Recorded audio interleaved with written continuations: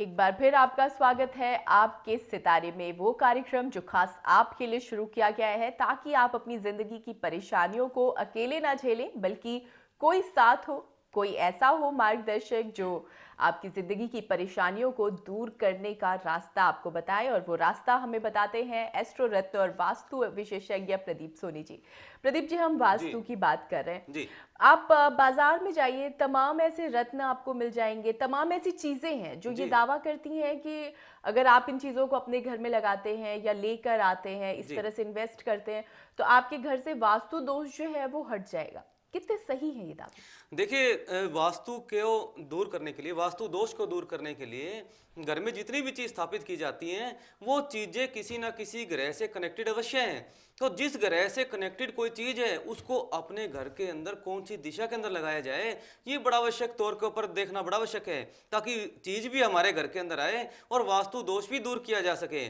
कई ऐसी स्थितियां बनती हैं कि हम चीज़ें बाजार से खरीद के तो लेके आते हैं, लेकिन दिशा का सही ढंग से अगर अनुमान ना हो तो वो हमारे लिए बड़ा पीड़ादायक भी हो सकता है। मान लीजिए दक्षिण दिशा के अंदर अगर जल की व्यवस्था कर दी जाती है, अगर कोई वस्तु हम ऐसी खरीद कर लेकर आते हैं जो जल से कनेक्टेड है, मान लीजिए कोई एक्वेरियम ये खरीद के लेकर आते हैं क्योंकि जिसमें जल का स्थान माना गया है, एक्वेरियम में जल तो रहता ही है।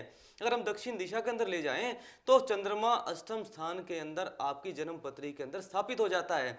तो जन्म पत्री में जब चंद्रमा अष्टम स्थान में आएगा तो मानसिक चिंताएं, परेशानियां इंसान को घेर सकती हैं, बड़े डिप्रेशन के योग बन सकते हैं। तो हम बाजार से किसी तरीके की कोई भी अगर सामग्री खरीद कर लेकर आते हैं, दिशा बड़ी महत्वपूर्ण है कि मकान में कौन सी दिशा के अंदर उसको लाकर रखा जाए। मान लीजिए आप चर्चा करते हैं नवम स्थान की, एक उदाहरण के द्वारा आपको समझाना चाहते हैं। नवम स्थान माना जाता है मेरे मित्रों मंदिर का स्थान, गुरु का क्षेत्र माना जाता है और गुरु माना जाता है मंदिर को। अगर मंदिर मान लीजिए आपकी जन्म पत्री के अनुसार अगर गुरु नौवें स्थान के अंदर है और आपने नृत्य कोण के अंदर अगर मंदिर बना लिया तो नृत्य कोण माना जाता है कुंडली में सप्तम स्थान को। ऐसी प्रतीतियां बनेगी कि आपके बिजनेस को लेकर भी परेशानियां उत्पन्न होगी, साथ ही साथ आपके पत्नी के साथ में संबंध वो भी सही अवस्था के अंदर नहीं आएंगे, संतान प्राप्ति में बड़ी दिक्कत होगी। तो ऐसी अवस्थाओं से निपटा कैसे जाए, नवम स्थान की अब चर्चा करते हैं। जी। नौवां स्थान माना जाता है मेरे मित्रों भाग्य को, और कुंडली के अंदर अगर भाग्य है, अगर गुरु ग्रह कारक जो भाव माना जाता है वो नवम स्थान का, गुरु को पक्का स्थान मानते हैं हम ज्योतिष के अनुसार। अगर बड़े बुजुर्गों के घर के कमरे की पोजीशन कुंडली के हिसाब से आपके जो मकान की जो परिस्थिति बनती है उसके अंदर बुजुर्गों को जो कमरा है वो भी नवम स्थान से ही देखा जाता है।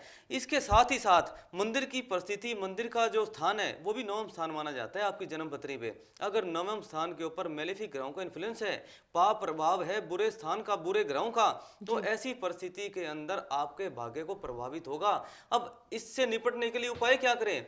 मंदिर आपका कहीं पर भी अगर गलत जगह बना हुआ है तो उसके चतुर्थ स्थान में स्थापित करिए। चतुर्थ स्थान के अंदर गुरु को उच्च का माना गया है। तो अगर आपके घर का मंदिर अगर ईशान कोण में, पूर्व और उत्तर दिशा के कॉर्नर पर अगर आप बना लें तो आपका गुरु स्थापित होगा चतुर्थ स्थान में, और चतुर्थ स्थान के अंदर गुरु को उच्च की दिशा मानी जाती है, आपका भाग्य प्रबल होता है। अगर ईशान कोण के अंदर मंदिर आ जाए तो ईशान कोण जो मानी गई है कुंडली के अंदर वो चतुर्थ स्थान मानते हैं जी। ये एक वास्तु दोष इस तरीके से आपके मकान के अंदर अलग अलग चीजों को स्थापित करके भी किया जा सकता है वास्तु दोष का निवारण जी। बिल्कुल प्रदीप जी। और प्रदीप जी, हमारे तमाम दर्शक ऐसे हैं जो लगातार फोन ट्राई करते हैं लेकिन जी, समय की कमी की वजह से वो आपसे मिल नहीं पाते हैं, तो अगर वो आपसे मिलना चाहें तो कैसे मिले? जी, 2 दिन शुक्रवार और शनिवार को मेरे जितने भी दर्शक मित्र हैं वो हमें गुड़गांव में संपर्क कर सकते हैं। एनसीआर के मेरे जितने भी दर्शक भाई हमें देख रहे हैं वो गुड़गांव में शुक्र और शनिवार को हमसे मिल सकते हैं। इसके अलावा राजस्थान के अंदर हनुमानगढ़ के और पंजाब के एरिया के जितने भी हमारे दर्शक देखते हैं वो सिरसा जो हरियाणा के अंदर पड़ता है, सिरसा में भी हमें मिल सकते हैं। शिव ज्योतिष वास्तु एवं राशि रतन केंद्र, गली गीता मनवाली, सिरसा के अंदर हमारा ऑफिस है, वहां आकर मुलाकात कर सकते हैं पर्सनल अपॉइंटमेंट लेकर।